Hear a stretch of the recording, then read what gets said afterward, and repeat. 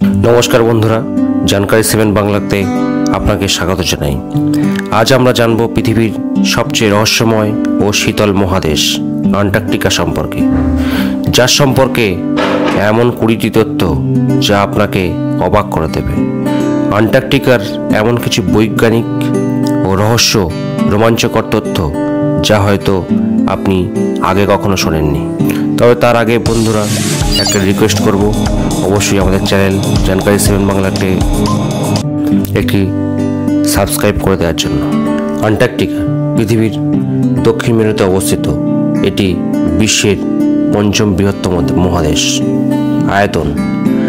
আয়তন এর আয়তন প্রায় 1,40,00,000 বর্গ কিলোমিটার, যা ইউরোপ এবং অস্ট্রেলিয়া মিলে যতটা, তার থেকে বড় আন্টার্কটিকা। আসলে চীন এবং ভারত মিলিয়ে যতটা আয়তন হবে তার থেকে এই মহাদেশের আয়তন অনেকটা বড়। তাপমাত্রা, আন্টার্কটিকার তাপমাত্রা বলতে গেলে প্রতি বছর 6 মাস সূর্য থাকে না, আবার পরের 6 মাস সূর্য অস্ত যায়। বছরে গড়ে প্রায় 98% বরফ আকারে এখানেই রয়েছে। জনসংখ্যা, এখানে কোনো স্থায়ী মানুষ বসবাস করে না, শুধু বৈজ্ঞানিক গবেষণার জন্য বছরে প্রায় 4,000 বিজ্ঞানী সাময়িকভাবে এখানে আসেন।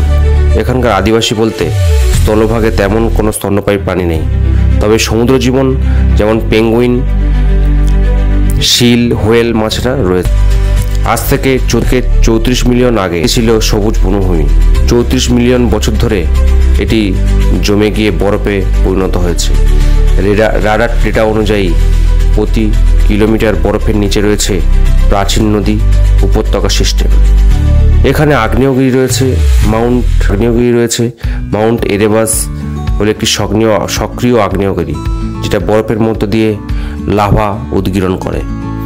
আন্টার্কটিকার সর্বোচ্চ পর্বত হলো মাউন্ট ভিনসন, যার উচ্চতা প্রায় 4,892। আন্টার্কটিকার জলবায়ু সংকট বর্তমান দিনের খুব উল্লেখযোগ্য একটি বিষয়। পূর্বাঞ্চল, বিশেষত আন্টার্কটিক পেনিনসুলা গত 50 বছরে 3 ডিগ্রি উষ্ণ হয়েছে। এর ফলে পেঙ্গুইন পিল পপুলেশন শেষ হয়ে যাচ্ছে। ইম্পেরর পেঙ্গুইন 22%, চীন স্ট্র্যাম্প পেঙ্গুইন প্রায় 77% হ্রাস পেয়েছে। ঠিক নিচে বরফের একটি বড় ধরনের সামুদ্রিক জীবনের সন্ধান মিলেছে, যেমন সি স্পাইডার, অক্টোপাস, কোরাল ইত্যাদি। কোন দেশ আন্টার্কটিকার মালিক? আন্টার্কটিকার কোনো দেশ মালিক নয়, এটি একটি আন্তর্জাতিক অঞ্চল। এখানে সবাই গবেষণা করতে পারে, কিন্তু কেউ মালিকানার দাবি করতে পারে না।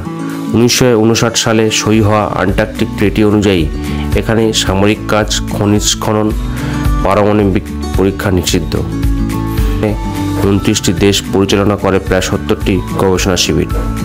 এখানে গ্রীষ্মে 5,000, শীতকালে শীতের দিকে প্রায় 1000 গবেষক কাজ করে। সবচেয়ে বড় ইউএস রান গবেষণা শিবির এমসি মুরডো।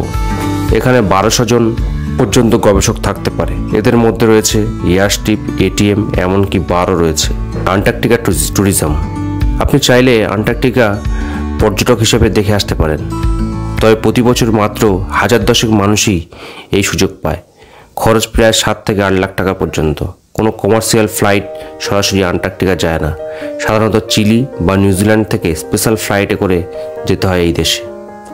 তো এই ছিল আজকের আন্টার্কটিকা মহাদেশ সম্পর্কে বন্ধুরা।